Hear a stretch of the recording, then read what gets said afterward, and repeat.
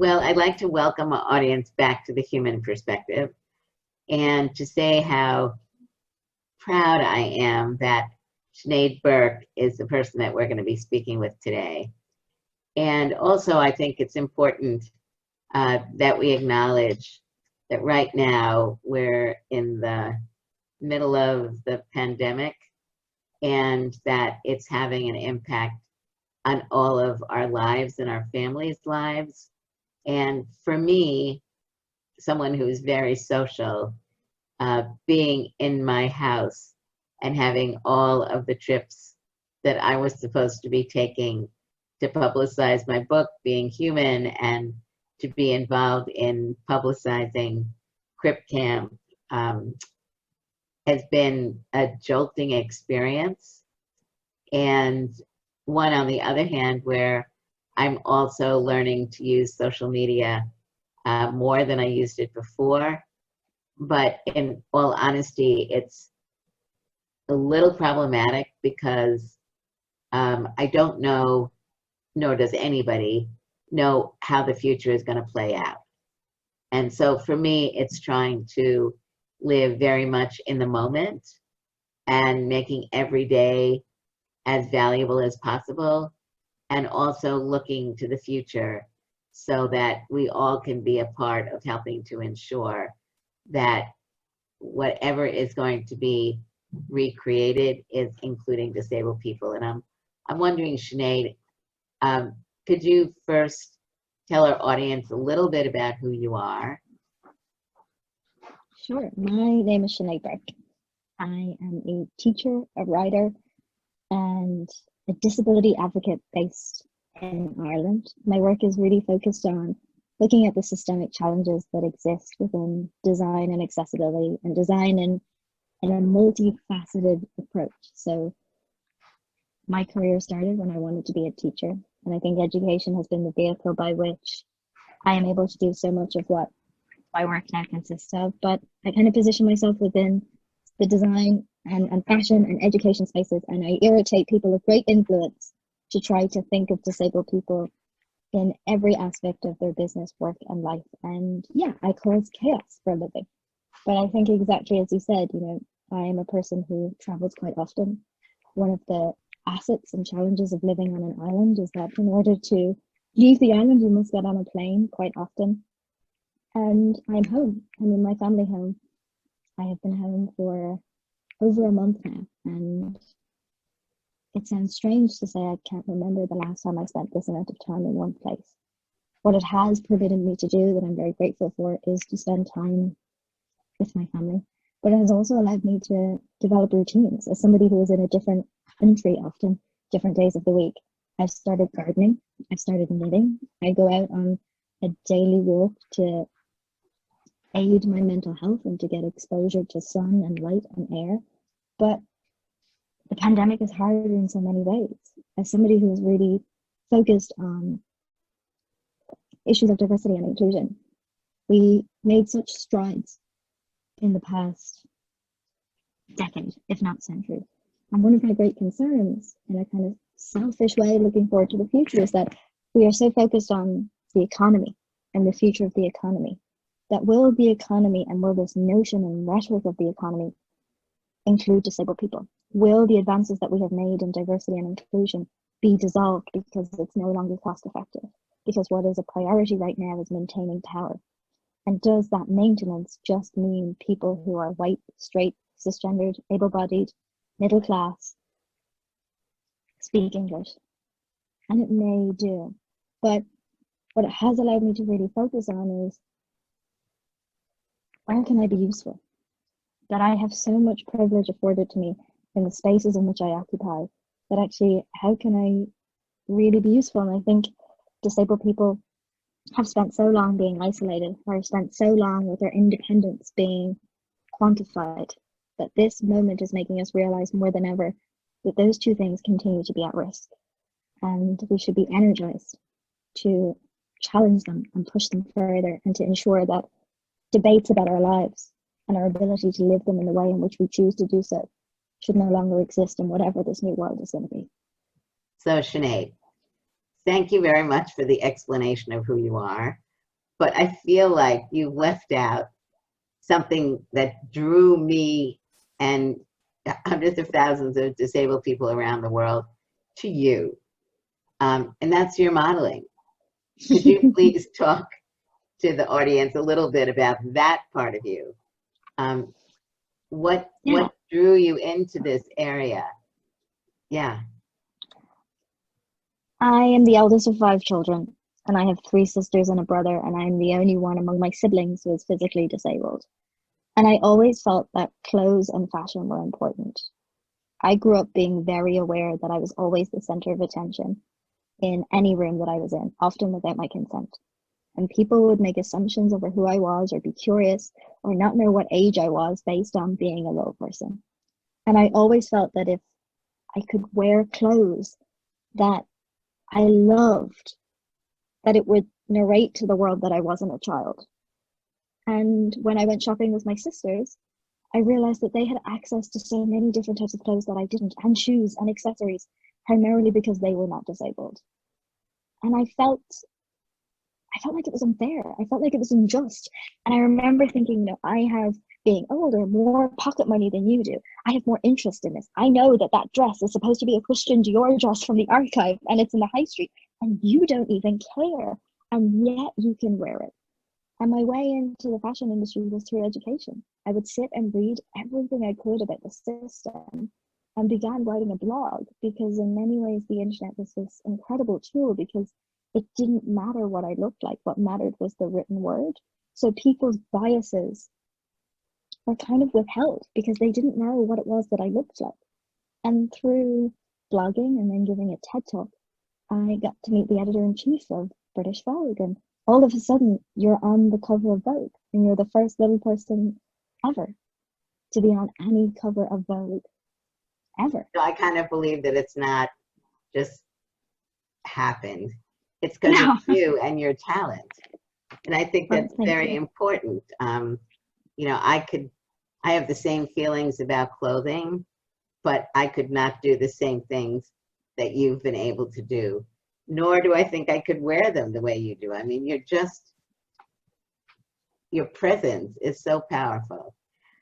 I'm wondering, do you ever talk to other people from LPA or other disabled people in general, and people in general, not just disabled people, about if you're interested in the field that you're in now, how do you go about pursuing something where you're not really visibly a part of it? Like, what got you to be able to believe enough in yourself, as well as being able to develop the art to be able to do the work? I am a loved child, and I think if I'm in any way a success, that is fundamental to it.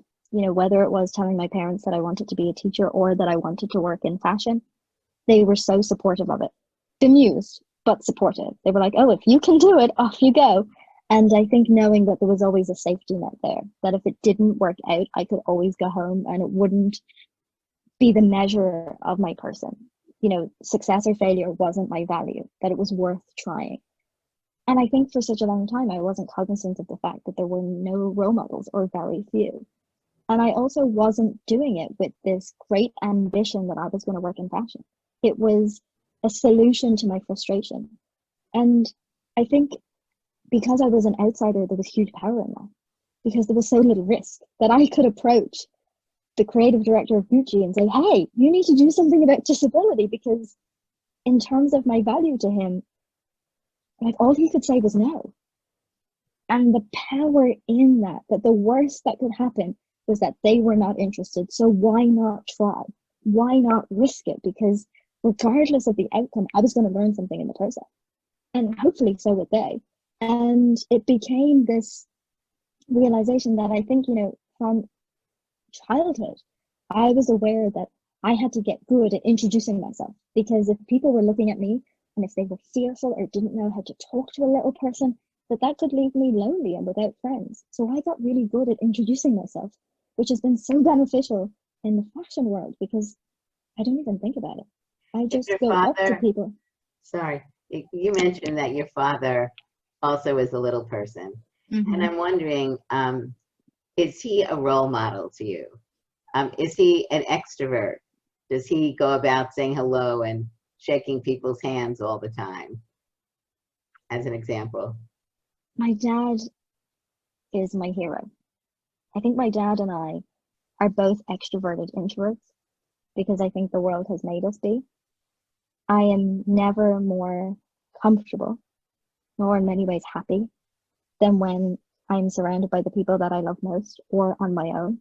And I think because it's not a privilege that I'm afforded to me in a public realm, I'm not afforded the luxury of being invisible. And that's nothing to do with the number of followers one has on Instagram just by living in a disabled body. So I think I understood very young that if people were going to look and stare and point at me, I was going to give them a reason to do that. And it wasn't just going to be a routine of objectification, but also that the world may not make the effort to communicate with me in the way that I wish them to. And I may have to bridge that gap and communicate and explain who I was on their behalf. And I didn't look at it as a burden and still don't. And my dad, in many ways, was the exact same. You know, he is, I think when you meet him for the first time, you're like, wow, he's wild. Like, he's so energetic and loud. And he is, as am I. But the more you get to know us, the quieter we are, because we get to sit in that luxury of not having to perform. We don't have to perform our personalities for you because you already know who we are. We don't have to prove that we are funny, that we are interesting, that we are empathetic, or that we are engaging. We just get to be ourselves. And I think that duality of our personhood has what made us who we are and what our interests are. So, if you had a message to give to parents, what would it be? I think there would be two. Encourage your children's ambition. Do not allow your fear to be translated to them. Yeah, they may not get to be the president of the United States if they are disabled. But your non-disabled child may and probably won't also be the president of the United States. But don't communicate that to your disabled child because they may change their mind tomorrow. And your belief in them, regardless of what their ambition is more powerful than the dream itself. Because what we want disabled people to know and to believe is that anything is possible. The method by which you achieve it may be different than the non-disabled community, but that doesn't mean that it should be something that you don't think is for you, because not everybody can be an astronaut. Not everybody can be a pilot, but we don't go around policing the non-disabled world about their dreams based on what they look like or how they are. And the second part is find the balance of being an advocate for your child and an ally. And I think that is something that a lot of parents naturally find it difficult to grapple with because they constantly want to be the voice.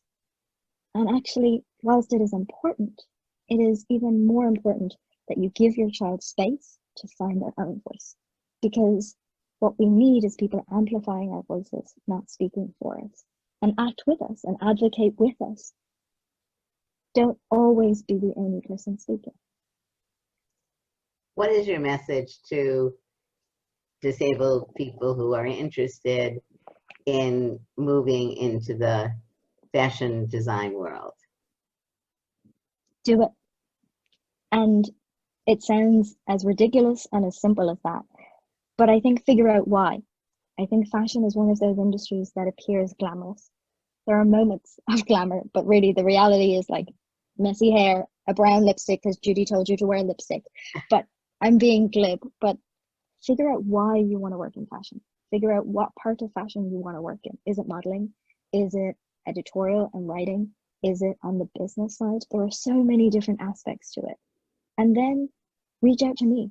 Reach out to Gillian Mercado, who's a disabled model. Reach out to Aaron Phillips, who is a trans Black disabled model who experiences a different lens of the fashion industry than I do. Ask those people for advice. If I had any methodology for success, it was me constantly asking people, do you have time for a coffee? And you will be amazed by the people who are so willing to share their wisdom. And then try. and be aware and conscious that your confidence shouldn't be measured by that first attempt, because your first attempt probably won't be too successful. And there is no such thing as magic happening overnight.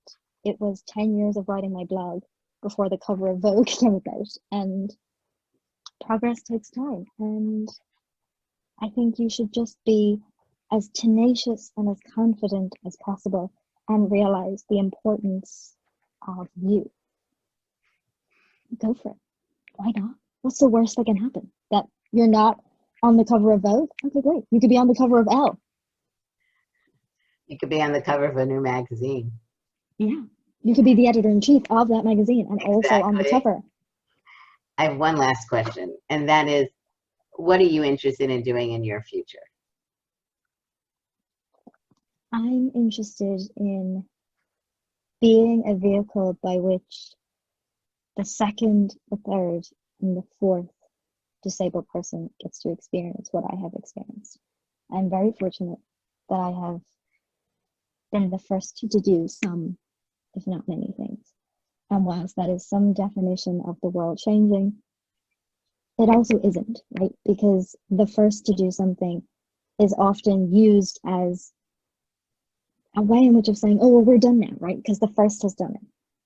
But actually, it's about the journey of the second. It's about the timing it takes for not just the first to happen, but then the subsequent people to be able to take up those roles, be it education, be it fashion, be it advocacy.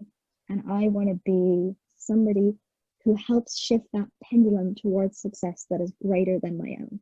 My interest in being an advocate and my desire to be in this space was never about growing a platform that was just for me. It was about creating spaces deliberately to give other people microphones and to amplify their voices and to create opportunities for them, because it is those phrases, you know, nothing about us without us, and looking at Audre Lorde's legacy, and until we all have power, none of us have power.